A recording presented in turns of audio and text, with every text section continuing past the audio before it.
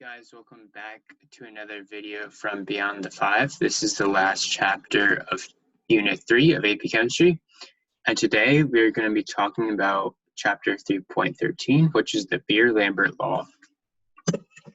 And so the enduring understanding for this chapter is that spectroscopy can determine the structure and concentration in a mixture of a chemical species. And so that concentration part is going to be really important for this chapter. So how can solutions be classified? So there's one equation, which is the Beer-Lambert law, that we can use to determine the absorption of light, or really how much a solution absorbs light. So we have this equation, A is equal to sigma BC, and that sigma is that Greek letter right here. And so A is equal to the measurement of the absorption of light, and sigma is equal to the molar absorptivity, which is how well molecules/ions can absorb light of a certain wavelength. And then B is the wavelength of light, and C is the concentration. So you're not really making calculations using values and variables, but rather analyzing graphs or data that represent the relationships between variables. And the wavelength and molar absorptivity, that sigma and B, will usually be held constant. Therefore, you'll usually be looking at how the concentration C relates to the absorptivity A.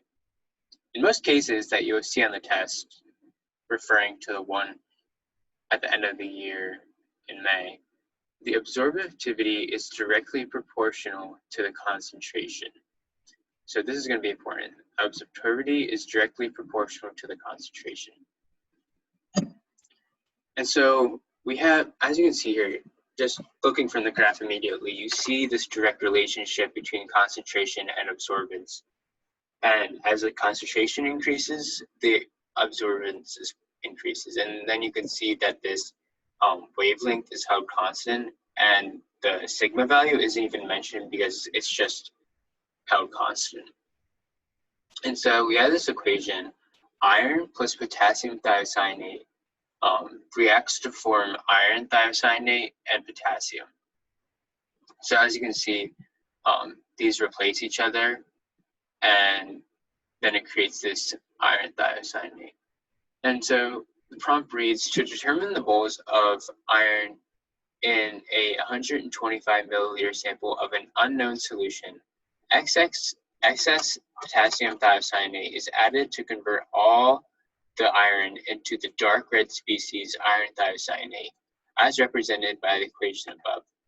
The absorbance of iron thiocyanate at different concentrations is shown in the graph to the right.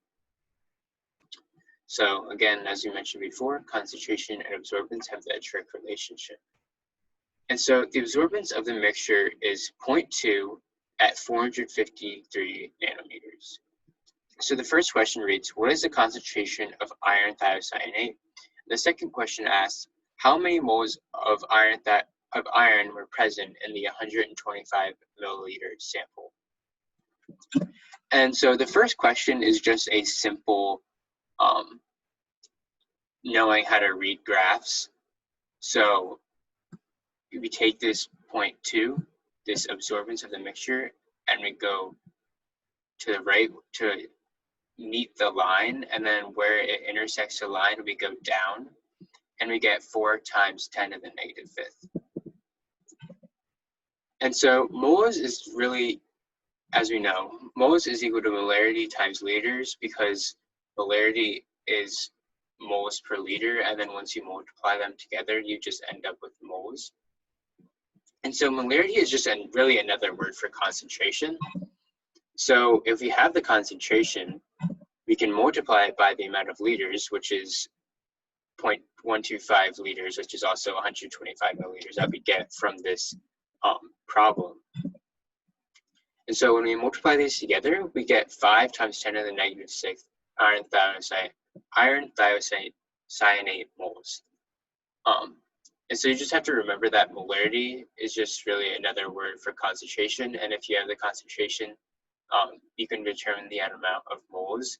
But notice that we are getting the concentration of iron thiocyanate. We are not getting the amount of moles for iron itself. So we get the amount of iron thiocyanate moles, but then we have to look at the ratio in this equation. So since this has a 1 in front of it and this also has a 1, this means that they're at a 1-to-1 ratio. So for every mole of iron, it reacts to produce 1 mole of iron thiocyanate. And so since we have this 1-to-1 ratio, Fe iron is also has 5 times 10 to the negative 6 moles in this 125 milliliter sample. And so again, like every other video, if you thought this chapter was particularly confusing or you wanted a review, I really recommend you watch this video from the College Board and Sean Byron.